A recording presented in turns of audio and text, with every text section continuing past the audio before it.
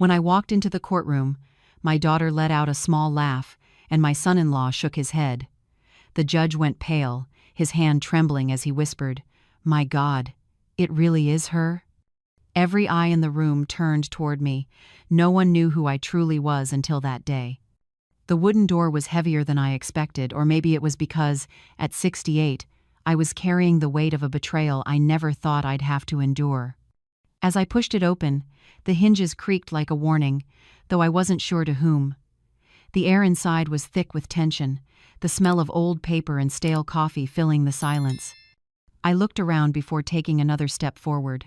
There she was, seated at the table across from me, my daughter, Allison. Beside her sat her husband, Mark, wearing a gray suit he probably thought made him look sharp, though it only highlighted his mediocrity. Allison wore the dark blue dress I had given her last Christmas. The irony of it stung. When they saw me, Allison let out a small laugh. It wasn't loud, but enough to shatter the quiet. Mark shook his head, as though watching a stubborn child misbehave. Their eyes met with a shared look of understanding between co-conspirators. Maybe I was supposed to feel ashamed, that's what they wanted, I suppose, to see me walk in hunched, fragile, and defeated, fitting the image of an old woman no longer capable of caring for herself. But that didn't happen. I took another step. My flat shoes clicked against the cold floor with a surprisingly firm sound. Then, I noticed movement in the corner of the room. The presiding judge, a young woman named Patricia Moore, looked up from her files. But it wasn't her reaction that mattered, it was the man standing next to her. An older gentleman with silver hair, wearing a dark suit, his posture commanding respect. He wasn't supposed to be there. Retired judges don't usually attend small civil hearings, but Richard Coleman was clearly not there, by chance. When our eyes met, I saw the color drain from his face. The pen in his hand trembled. He murmured softly, but the silence made every word clear. "My God, it really is her."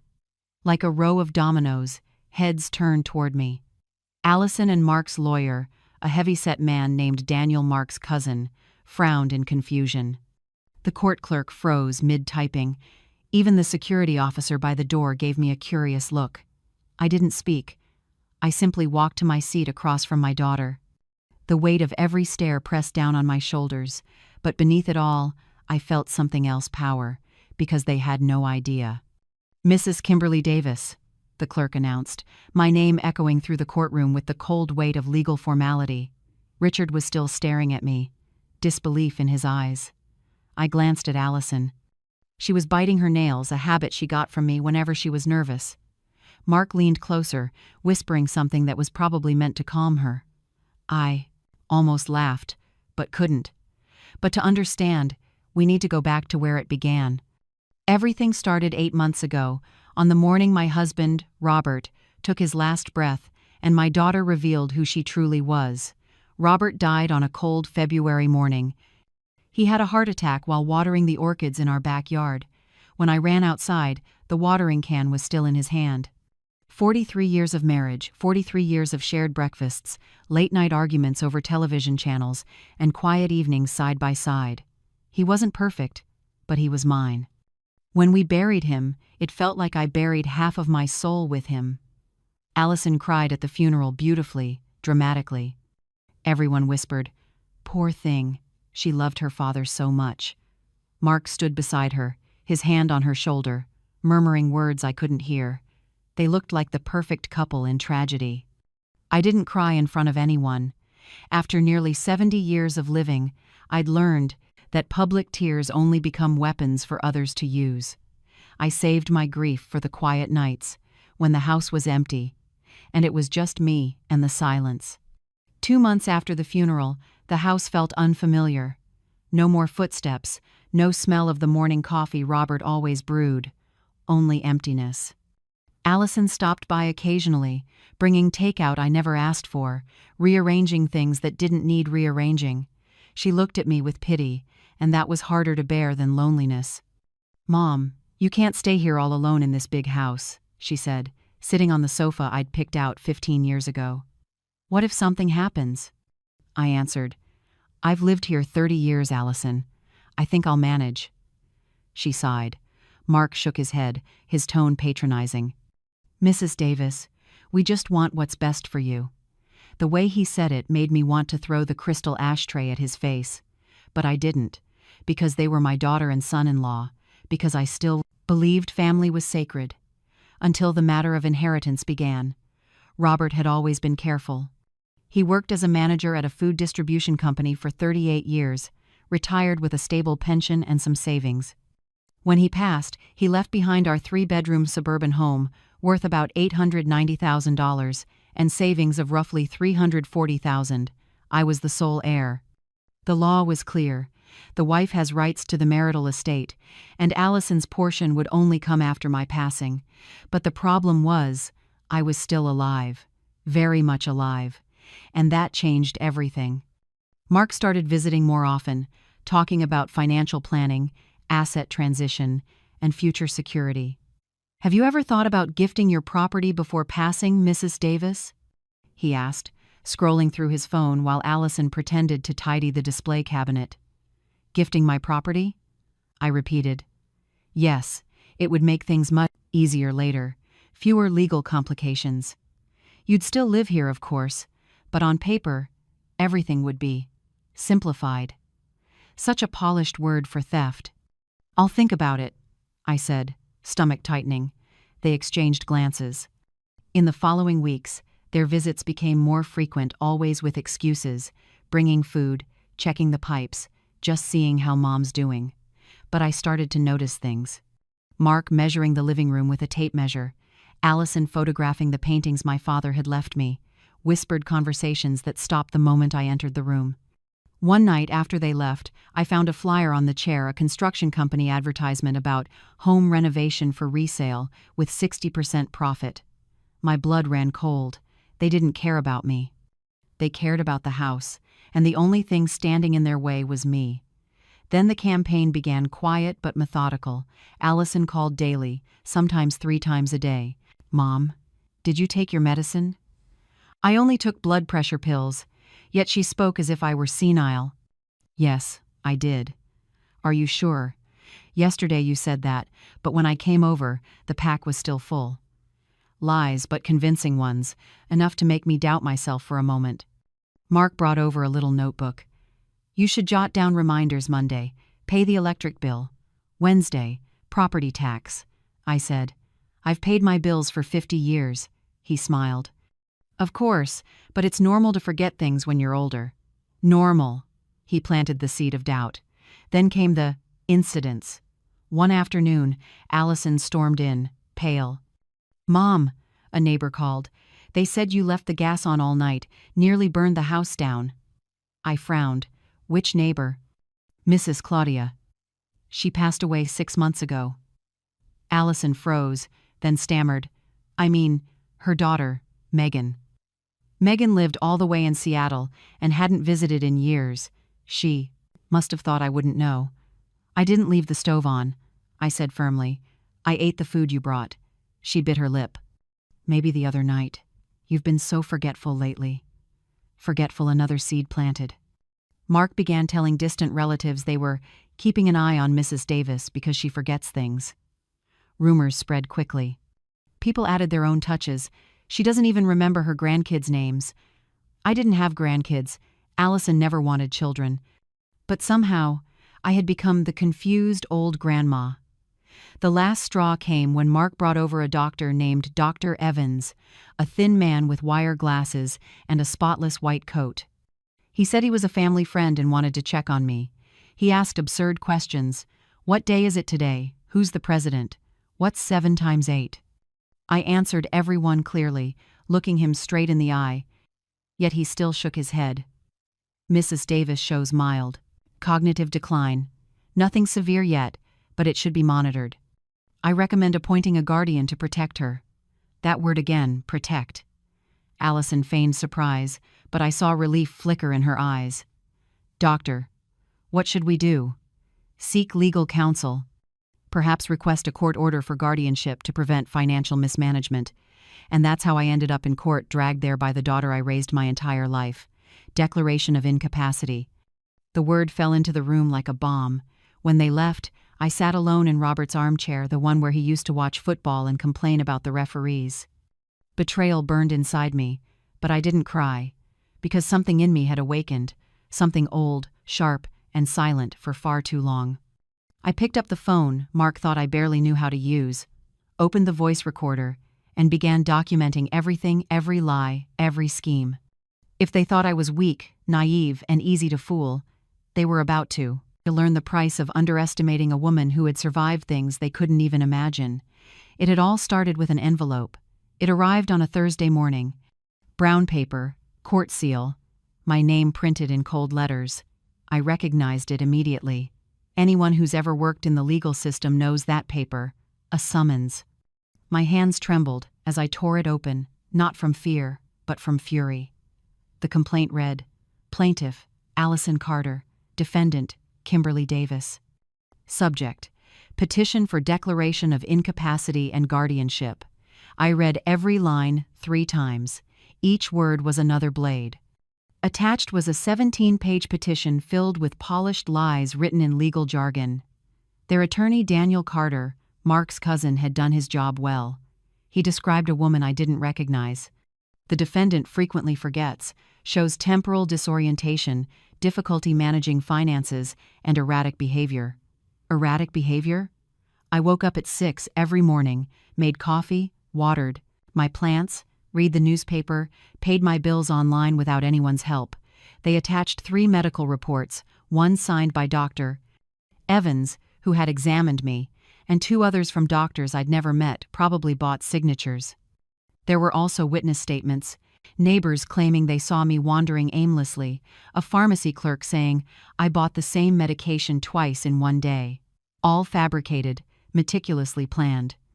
At the end of the petition came the demand: removal of my financial authority, appointment of Allison as guardian, transfer of all asset, control the house, savings, everything. I sat on the sofa, clutching the papers. The clock read 3 p.m. The house was silent, but a storm raged inside me. Half an hour later, Allison arrived. She still had a key. I had given it to her years ago, back when I believed she was on my side. She entered with a face full of fake concern. "Mom, I need to talk to you." I looked up, held the envelope. "About this?" She swallowed hard. Mark appeared behind her, as always. "Mom, please, let us explain." "Explain?" I cut her off coldly. Allison sat on the edge of the couch, every movement rehearsed. "We just want to protect you. This house is too big. You're alone, and it's dangerous. As for the money, you could be taken advantage of." I repeated slowly. "Taken advantage of? Like what you're doing to me right now?" Her face hardened. "It's not taking advantage, it's care. Care would be asking me if I needed help, not filing a court petition. You went straight to a judge without even talking to me." Mark stepped in with that falsely calm tone of his. "Mrs. Davis, you're misunderstanding. This is just a legal formality. You'll still live here.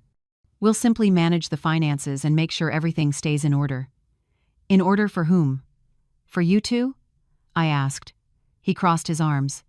"The house is still under your and Robert's names. With guardianship, we can finalize the inheritance faster, sell if necessary, and invest better." "Sell?" I repeated, each word heavy. "You plan to sell my house?"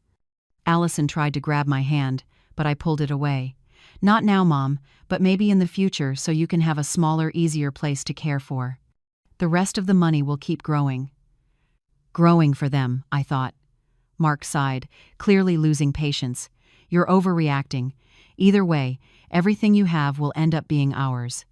We're just shortening the process to avoid unnecessary trouble." Family. That word had lost all meaning. I looked at my daughter, searching her eyes for the little girl I once held in my arms, taught to read, and protected from bullies. But there was nothing left. "Just sign it, Mom," Allison said coldly. "It's better for everyone. The lawyer said if you agree, this will all be quick and painless." Painless? As if stripping away my dignity and freedom were a minor procedure. "I'm not signing anything," Mark smirked. "Then we'll do it the hard way. The court will assign an expert evaluation, and the result will be the same. You'll just waste more money on lawyers." They stood up. Allison tried one last time. "Mom, please think of us. Do it for your own good." Then they left. I locked the door, opened the voice recorder app. Everything was there, every word, every unguarded truth. I smiled bitterly. They thought they'd set the perfect trap, but they didn't realize the prey knew how to hunt. That night, I couldn't sleep. I sat at the desk in my room, the one Robert had given me for my birthday 20 years ago. The dark wooden surface was speckled with old coffee and ink stains, silent witnesses of countless long nights. I opened the bottom drawer, the one I always kept locked. Inside, among old papers and faded photos, lay my past, wrapped in a brown leather folder. I placed my hand on it, feeling the faint embossed letters. Kimberly Davis, State Bar of California, #34719. I hadn't opened it in decades. Inside was my attorney license. The photo showed a young woman with sharp eyes and neatly styled hair. I was 24 when it was taken, freshly licensed and ranked third in my class. Beneath the card were newspaper clippings my mother had carefully saved. Young attorney wins major case against real estate corporation. Kimberly Davis, the new hope of criminal law. Female attorney defies bias and triumphs in packed courtroom. I smiled sadly. That woman seemed gone, but she was still here, buried under wrinkles and silver hair. I had once been very good at what I did. In the 1980s, being a female lawyer was like swimming upstream in a storm. Male colleagues treated me like a secretary. Judges ignored my arguments until I raised my voice. Clients doubted me until I won their first case, and I did win many times. I defended businessmen, housewives wrongly accused, factory workers mistreated by their employers. Each victory led to bigger, tougher cases. It was during one of those cases that I met Richard Coleman. In 1983, I was 26, and he was 29, a young, principled, hard-headed prosecutor. The case involved a business owner charged with tax evasion. The sum back then was a fortune. For 6 months, the courtroom became a battlefield. In the end, I won not because my client was innocent, but because Richard had made a procedural error. I noticed it and used it. After the trial, he came to shake my hand. "Attorney Davis, it's an honor to have faced you, even if I lost." I replied, "The honor is mine, Mr. Coleman." He smiled. "You'll go far. You'll be one of the greats." And for a while I was. I married at 30. Robert was an accountant, calm, steady, the opposite of the chaos of the courtroom. He gave me peace. 3 years later, I became pregnant with Allison. It was a difficult pregnancy, and I had to take a break from work. Robert said, "You don't have to prove anything anymore. Stay home, take care of the baby. We'll figure it out later." I listened. After she was born, motherhood consumed me, sleepless nights, diapers, crying. Time blurred. Maternity leave turned into a permanent pause. 2 years later, when I was ready to return, my career had passed me by. Clients had moved on. Connections faded. Robert always said, "Allison needs you more. We're not hurting for money." And so, 15 years slipped away. By the time Allison became a teenager, I was in my 40s, and my legal career was dead. I still paid my bar dues each year out of habit, maybe guilt, but I never stepped into a courtroom again until now. I closed the folder, picked up my phone, and searched for Walter Drummond, an attorney in Los Angeles. He had been a college friend, one of the few who ever truly respected me. I called. He answered after 3 rings. "Drummond." "Walter, it's Kimberly." Silence, then a disbelieving laugh. "Good Lord, I thought you'd vanished off the face of the earth. How many years has it been?" "Too many." I chuckled softly, the first real laugh in days. "Walter, I need help." "Go on." I told him everything.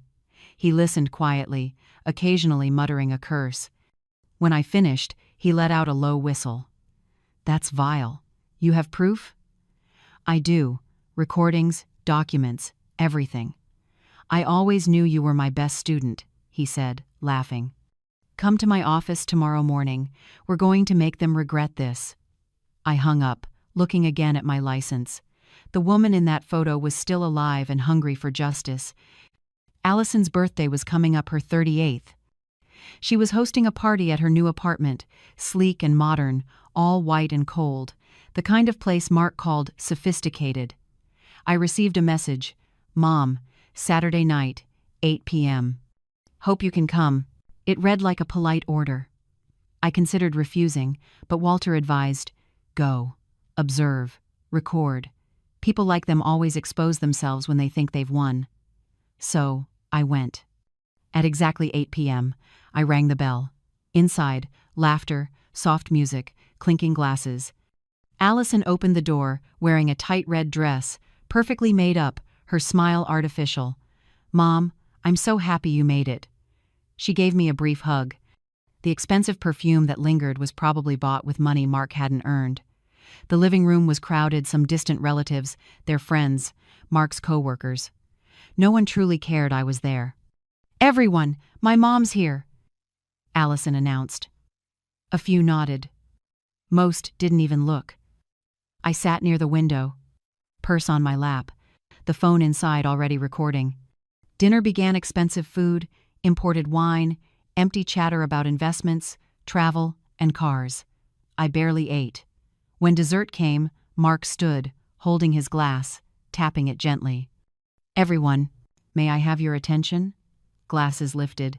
I gripped mine tightly, sensing trouble.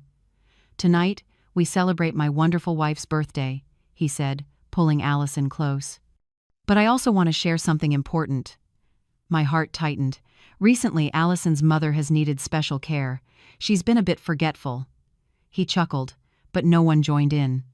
"So we've decided to take over her home, her finances, so she can live comfortably, without worries."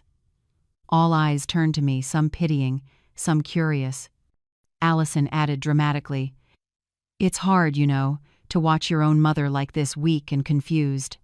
But we must be strong and do what's right."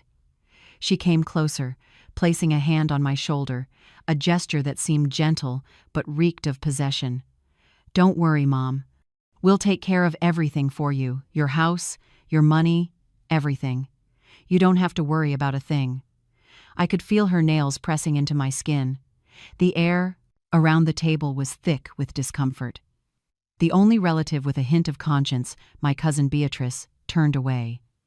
Mark raised his glass, his voice dripping with insincerity. "So, here's to family, health, and new beginnings."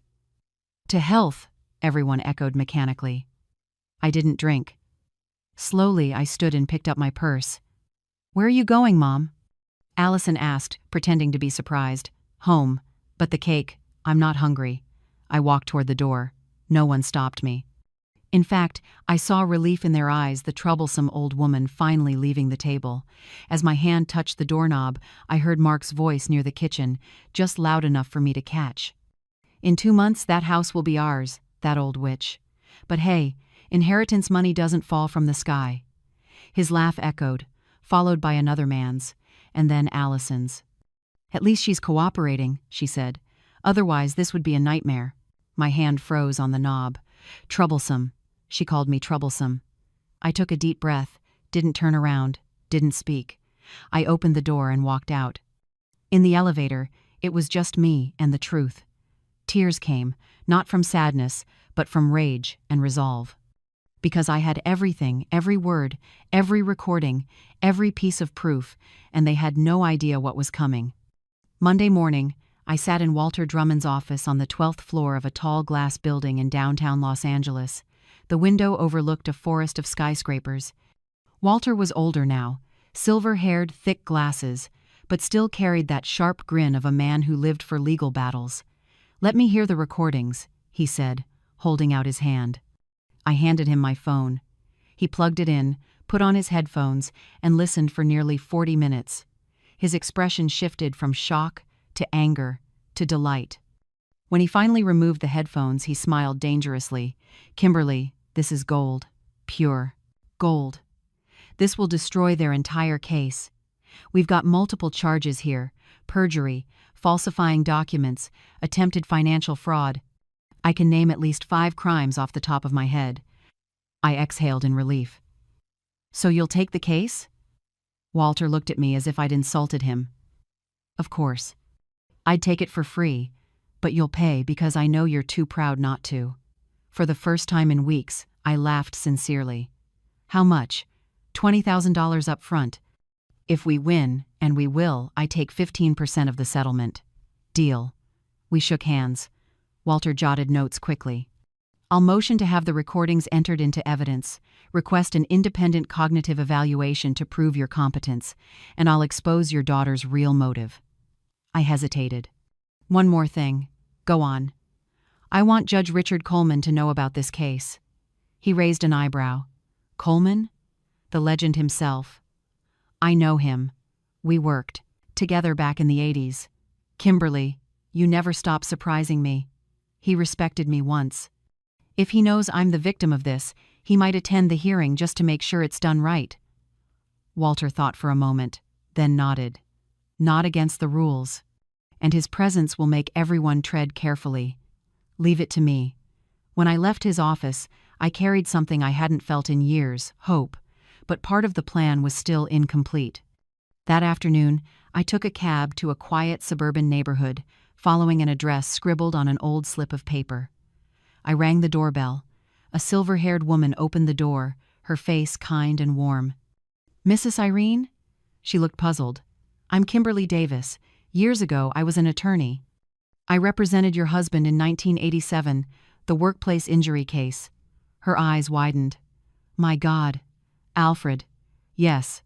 He won full compensation and was able to retire peacefully. She placed a hand on her chest, emotional. Oh dear, Attorney Kimberly, please come in. We sat in her small living room. She poured coffee and told me about Alfred, who had passed away 3 years earlier. I told her my story. When I finished, her eyes filled with tears. That's awful. Your own daughter? I nodded. I know this is sudden, but I need witnesses, people who can confirm I'm fully competent. She didn't hesitate. I'll testify. You helped my family. Now it's my turn to help you. Over the week, I met with 3 more former clients, all agreed to stand by me. Walter also arranged a full round of medical tests, neurological, psychiatric, and geriatric. The results were identical, perfectly normal cognitive function, no sign of decline. On Friday, Walter called. It's done. Coleman will attend the hearing as an official observer, but everyone will know who he is. The presiding judge will be nervous, and their lawyer will sweat bullets. Perfect. Kimberly, are you sure you want to go through with this? Your daughter will be exposed publicly. I closed my eyes, remembering Allison's laughter at the party, Mark calling me troublesome, their lies, their schemes. I'm sure. Then be ready. Once you walk into that courtroom, there's no turning back. I hung up and looked at myself in the hallway mirror. The woman staring back had wrinkles and silver hair, but her eyes still burned with the same fire that once commanded a courtroom. The lawyer in me was back, and she was ready for battle. The morning of the hearing, the sky was gray, as if the heavens knew something important was about to happen. I dressed carefully, black slacks, white blouse, low heels, simple, modest. I wanted them to think I was just a frail old woman. The truth would come later. Walter picked me up at 9 a.m. On the drive, he reviewed the strategy. Let them speak first. The more confident, the better. When it's your turn, stay calm, precise, sharp as a blade. Like the old days. I remember. We arrived at the courthouse just before 10 a.m. The hallway was crowded. The sound of rustling papers and the smell of old coffee brought back memories of another lifetime. Allison and Mark had already arrived. She was wearing the blue dress I once gave her, and he was in his usual gray suit, pretending it was expensive. Their lawyer, Daniel, was laughing into his phone. The moment they saw me walking in with Walter, their smiles vanished. "Mom, who's this?" Allison asked. "My attorney," I said. Mark frowned. "You hired a lawyer? For what?" "This is just a family matter," Walter answered for me, his tone steady and firm. Attorney Walter Drummond, California Bar Association number 18432. And this stopped being a family matter the moment you filed a lawsuit. Daniel walked over, trying to sound casual. "Drummond?" Downtown Los Angeles office? This kind of small case doesn't need heavy artillery. Walter smiled faintly. I think it does. We entered the courtroom when our names were called. The room was small, just a long table, a few chairs, and a noisy air conditioner. But next to the judge's bench sat an extra chair, and in it, Richard Coleman. His hair was white now, his suit dark, his posture still as straight as ever. When I walked in, our eyes met. He recognized me instantly, his expression changing. His hand trembled slightly as he murmured, his voice hoarse but clear, "My God, it really is her." Every head turned toward me. Allison looked confused. Mark whispered something under his breath, and Daniel flipped through his file in panic. Judge Patricia Moore, a woman in her 30s, entered. Case number 41728, petition for declaration of incapacity. Please be seated. We sat, Walter and I on one side, Allison, Mark, and Daniel on the other. Judge Moore noticed Richard and hesitated slightly. Judge Coleman, it's an honor to have you here.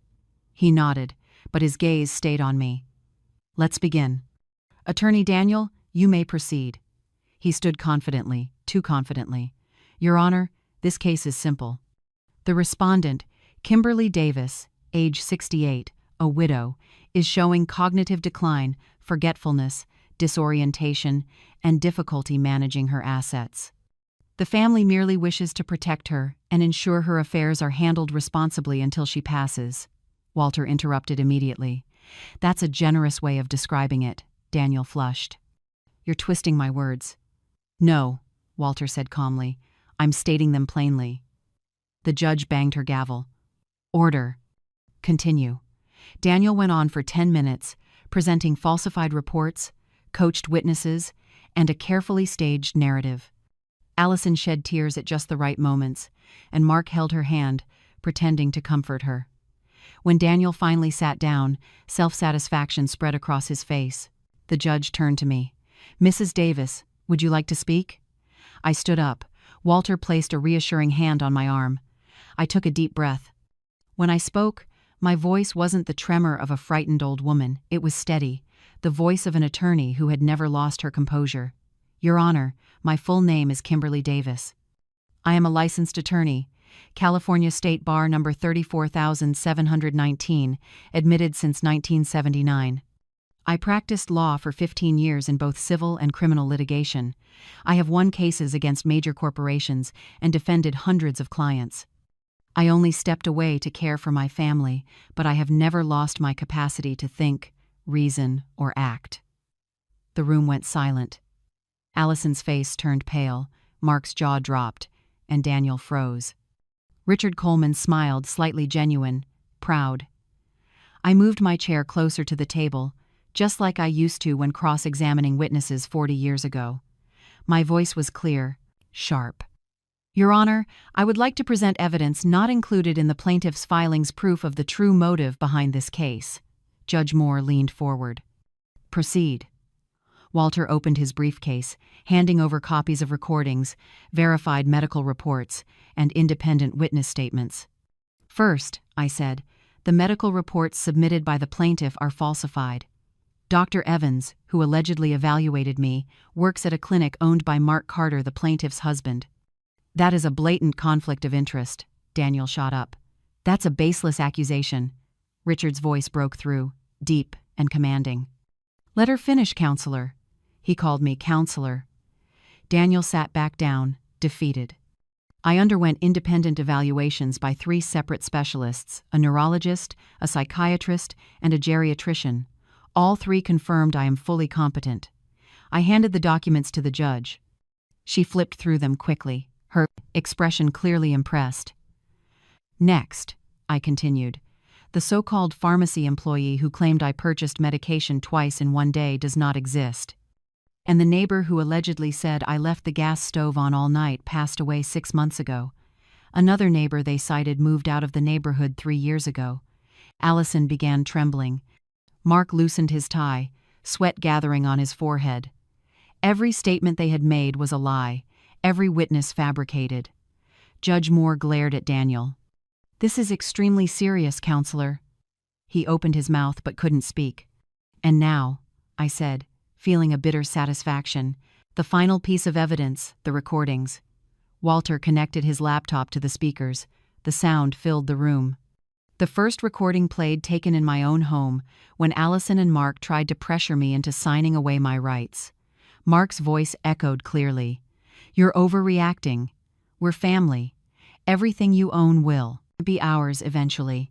We're just trying to make things easier." Allison shut her eyes, her face burning red. But I wasn't done. The second recording began, the one from the birthday dinner. Mark's voice again, dripping with disdain. "In 2 months, that house will be ours, that old woman. But hey, inheritance money doesn't fall from the sky." Then came Allison's laugh. "At least she's cooperating. Otherwise, it'd be hell."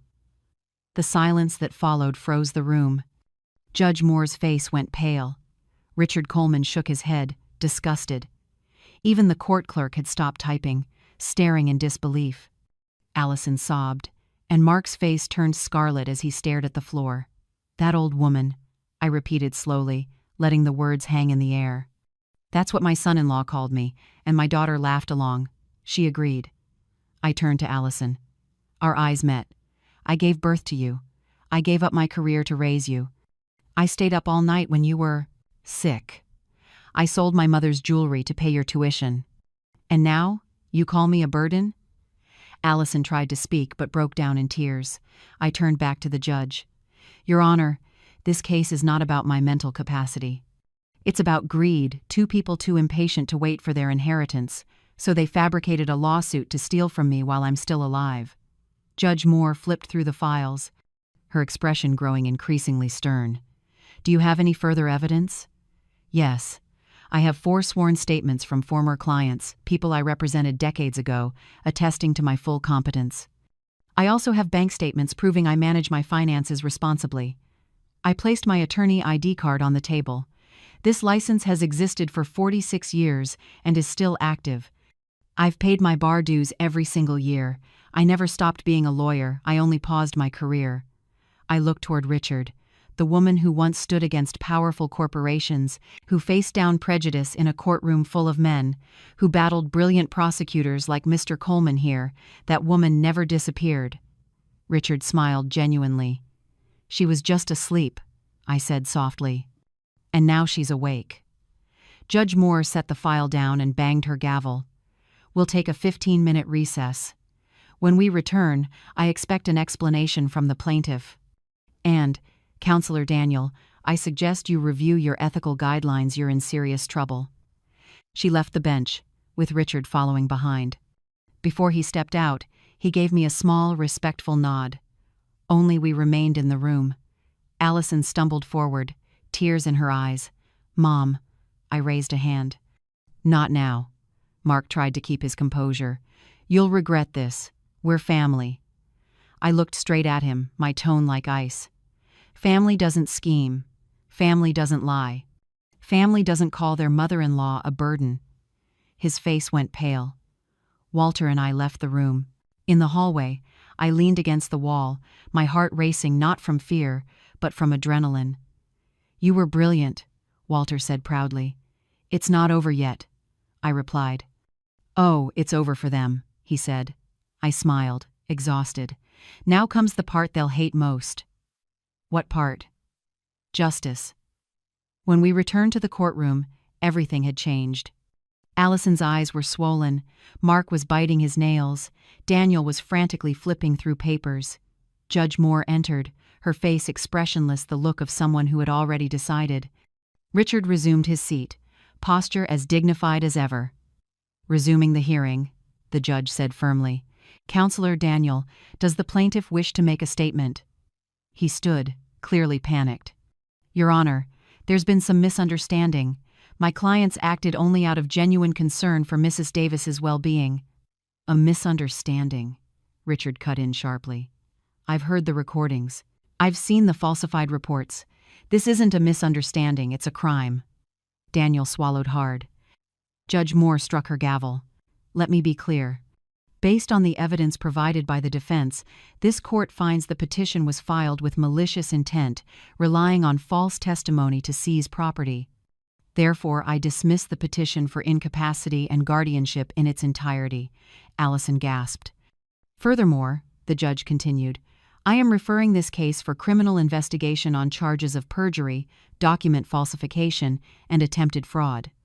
The file will be sent to the district attorney." Mark leapt up, panicked. "Your Honor, please, this will ruin us. Sit down." Her voice was cold steel. He obeyed instantly. "As for Counselor Daniel Carter," she said, "the court requests the State Bar conduct a full review of his ethics violations.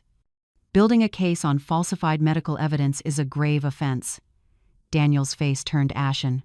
Court adjourned. The final bang of the gavel echoed like a gunshot. Walter gripped my hand, eyes shining. Richard approached and extended his hand. "Attorney Davis, it's an honor to witness this. You haven't lost your light." I took his hand, my throat tight. "Thank you, Richard, for everything." He smiled and left, leaving behind an air of deep respect. Allison started to approach, but Walter blocked her. "If you have anything to say it to your lawyer." We left the courthouse that afternoon under a gentle sun. The sky was clear, as if even nature acknowledged the victory. But I knew this wasn't the end. In the weeks that followed, justice took its course. The district attorney's office opened a formal investigation. Dr. Evans confessed he had signed the report without ever examining me. Mark had paid him $5,000. The clinic fired him immediately. The fake witnesses were traced. One woman admitted Mark had promised her $3,000 to lie, and because she was unemployed and desperate, she agreed. Now she faced perjury charges. Attorney Daniel's license was temporarily suspended. His firm terminated him to save its reputation. Mark lost his job. The story spread online. Son-in-law tries to declare mother-in-law incompetent to steal her estate. The advertising agency where he worked fired him within 2 days to avoid scandal. Allison, who only did part-time fashion consulting, lost all her clients. Who would hire a woman who tried to steal from her own mother? But I wasn't done. I filed a civil suit for emotional damages, requesting $150,000. Walter thought the number was steep, but I said, "It's not about the money, it's about the lesson." The court agreed, ordering Allison and Mark to pay the full amount in installments over the next few years. 3 months later, when I received the first payment, I withdrew the funds and drove to a nursing center in the mining suburbs, a home for elderly people who had been neglected or abused by their families. The director, Mrs. Lucy, greeted me with a kind smile. "Are you here to visit someone?" "No," I said. "I'm here to donate." I handed her the check, $150,000. Her eyes widened. "I received this money from my daughter as compensation for trying to steal from me. I don't want to keep it. I want it to help those who truly need it. Mrs. Lucy took my hand, tears streaming down her face. "You have no idea what this means. We can fix the roof, buy medicine, improve the meals." I smiled. "Oh, I know. It means that something good can still grow from something cruel." I stepped outside, feeling lighter than I had in years. I had proven what truly mattered. I didn't need money. I needed justice, dignity, and the truth that every action has consequences. Allison and Mark were learning that lesson the hard way. But my story wasn't over yet. The most painful part remained the part where I had to face the question of whether forgiveness had a place, or if some wounds simply cut too deep to ever heal.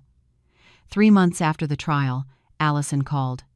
I looked at her name flashing on the screen and hesitated. The phone rang 8, 10, 12 times. On the 15th, I finally answered. "Hello." Silence. Then her trembling voice, "Mom, can I see you? You're talking to me now. Please." I almost said no. It would have been easy to hang up, block her number, and go on living as if she never existed. But something, maybe curiosity, maybe the faint trace of a mother's love made me agree. Saturday, 3 p.m., at my house. "Thank you, Mom." I hung up before she could say anything else.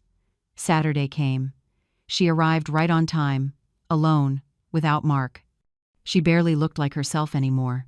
Her hair was tied up hastily, no makeup, a plain white t-shirt, worn-out jeans, a tired face. I didn't hug her. I just opened the door and pointed to the chair. "Sit." She sat on the edge of the sofa, hands clasped tightly, eyes down. I made coffee not out of hospitality, but to keep my hands busy. Setting the cup down on the table, I said coldly, "Speak." Allison took a deep breath. "Mom, I came to apologize." "Apologize?" "I know it's not enough. It'll never be enough. But I truly regret everything." "Regret what exactly?" I leaned forward. "For trying to have you declared incompetent, for calling you a burden, for lying, for destroying your reputation. I regret all of it." She started crying. "Crying is easy," I said flatly. "Tears are cheap." She wiped her face with the back of her hand. I know I was awful. Mark, he convinced me it was the right thing, that sooner or later you'd need care, that we were just being responsible." "And you believed him?" "I wanted to," she said through sobs, "because it was easier. We were drowning in debt, mortgage overdue, credit cards maxed out. When Dad died, I looked at your house, your money, and thought it was a way out. A way out by stealing from me." She nodded, crying harder. At least this time, she wasn't lying. "Where's Mark now?" I asked. She hesitated. "We're divorced. Last month he filed, said I ruined his life, that because of me he lost his job, his reputation, everything. As if I did it all alone." I looked straight at her. "But you did, and you know it. You both did it together. I know that. And now that he's gone, you come back here. What do you want, Allison? Money? Shelter? Easy forgiveness?" She shook her head, tears streaming down her cheeks. "No, Mom, I don't want anything. I just wanted to tell you that you were right. About him, about me. About what we were users, selfish, awful people." I stood up and walked to the window, looking out at the garden where Robert once tended his orchids. "Do you know what hurt me most, Allison?" I asked without turning around. "It wasn't the money, or even the house. It was the lack of respect. It was when you looked at me as an obstacle. When you laughed as Mark called me a burden. That's when I realized you never really saw me as your mother." I turned, my voice steady. "I was just the woman who raised you until you no longer needed me. Wasn't I?" She lowered her head and broke down, her whole body shaking. A part of me wanted to hold her, that old motherly instinct still flickering somewhere deep inside. But reason, the part of me that survived the betrayal, kept me standing firm. "Get up," I said. She obeyed, wiping her tears. "You want forgiveness?" She whispered. "I don't deserve it." "No, you don't," I replied. "But I'll give you something worth more than easy forgiveness." She looked up, confused. "I'll give you a chance, just one, to prove you're no longer the woman who sold her. Self-respect for money. Find a job, any job. Support yourself. Learn the value of what you have. When you've paid the first part of the compensation with your own hands, without anyone's help, come back. Then we'll talk." Allison whispered. "I already found a job as a receptionist at a dental clinic. The pay's barely enough to cover my bills." "Good," I said. "That means you've started. But it'll take years to pay it all." "Exactly," I said, "because forgiveness doesn't happen overnight. Trust can't be rebuilt with a single conversation. You broke everything we had. If you want it back, rebuild it one piece at a time." She nodded, swallowing her tears. "And one more thing," I added. "Don't come every week. Don't call crying. Live your life. Stand on your own. When you truly understand the consequences of what you did, then come find me." "So, you'll never forgive me?" she asked softly. I looked at her for a long line. "Time. Forgiveness isn't forgetting, Allison, and I will never forget. But maybe, someday, I'll look at you, and it won't hurt anymore. Maybe." She nodded and walked slowly to the door. Before leaving, she turned back. "Mom, I really am sorry," I whispered. "So am I." The door closed. I leaned against it and cried. For the first time in months, I truly cried, not from weakness, but from acceptance. Acceptance that some things, once broken, can never be fixed. 2 years have passed since that day in court. 2 years that completely changed my life. Now I'm sitting in a small cafe in Boston, watching people stroll down Newbury Street. The afternoon sunlight spills across the patio table, mixing with the scent of fresh pastries and rich coffee. I've traveled to New York, Seattle, San Francisco, Miami, the places Robert once promised to take me but never did, not because he didn't want to, but because life swept us along and I let it. But now, things are different. I sold half my house, split it into 2 units. I live in one and rent the other to a young family. The rent gives me the freedom to travel and afford the trips I'd always dreamed of. Part goes toward fixing the house. The rest I donate to places that need it. One day, Mrs. Lucy from the nursing center called and invited me to speak to a group of elderly residents who'd been mistreated by their families. I refused at first. "I'm not a speaker," I said. She only smiled. "You're a survivor, and that's worth more than any degree," I agreed, heart pounding. When I faced those lined faces, those eyes carrying the same pain as mine, the words came easily. I told my story, honestly and completely. When I finished, one elderly woman asked, "Where did you find the courage to fight back?" I thought for a moment, then said, "It wasn't courage, it was anger. The anger of realizing that my worth didn't depend on the people who betrayed me." The room erupted in applause. Some hugged me, some cried. After that day, more invitations followed from senior advocacy groups, human rights organizations, even a university wanting me to speak about the legal rights of the elderly. I realized my story wasn't just mine. It was the story of thousands who'd been made invisible, dismissed as useless simply because they'd grown old. I became a voice for those who'd lost their own. Allison kept her word.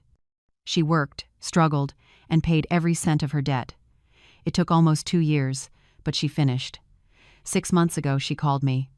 "Mom, I just made the final payment," I said. "Congratulations. Can I visit?"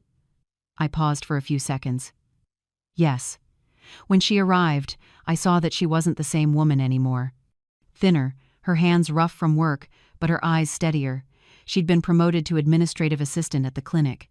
We sat over coffee, talking not about the past but the present. She said she was in therapy, learning to take responsibility and to forgive herself. I haven't fully forgiven her. I don't know if I ever will. But I've left the door slightly open because forgiveness doesn't happen all at once. It's a slow, painful journey. I stood, paid for my coffee, and stepped onto the street.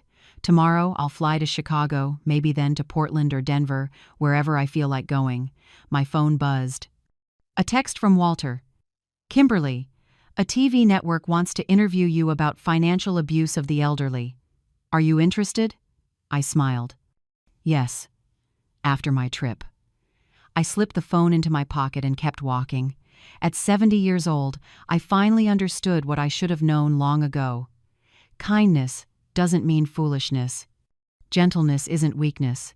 Love doesn't mean accepting disrespect. And growing older doesn't make you worthless, it makes you wiser. Allison and Mark once thought I was weak because I chose compassion.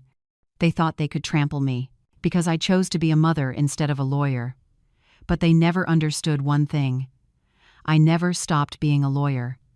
I only put away my robe, and when the time came, I put it back on.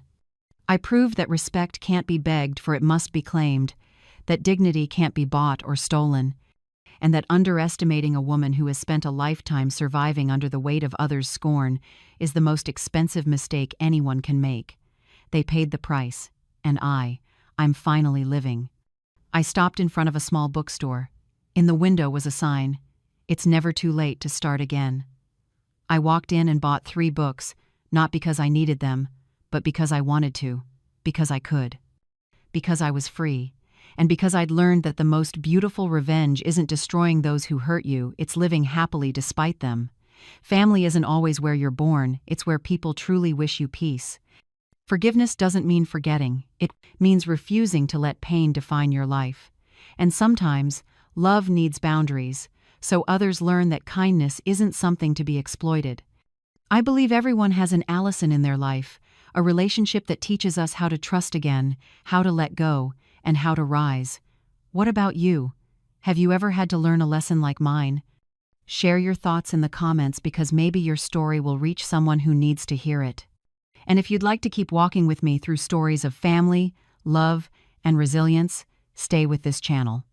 Together, we'll listen, understand, and grow from stories that may seem to belong to others, but in truth, are much closer to our own.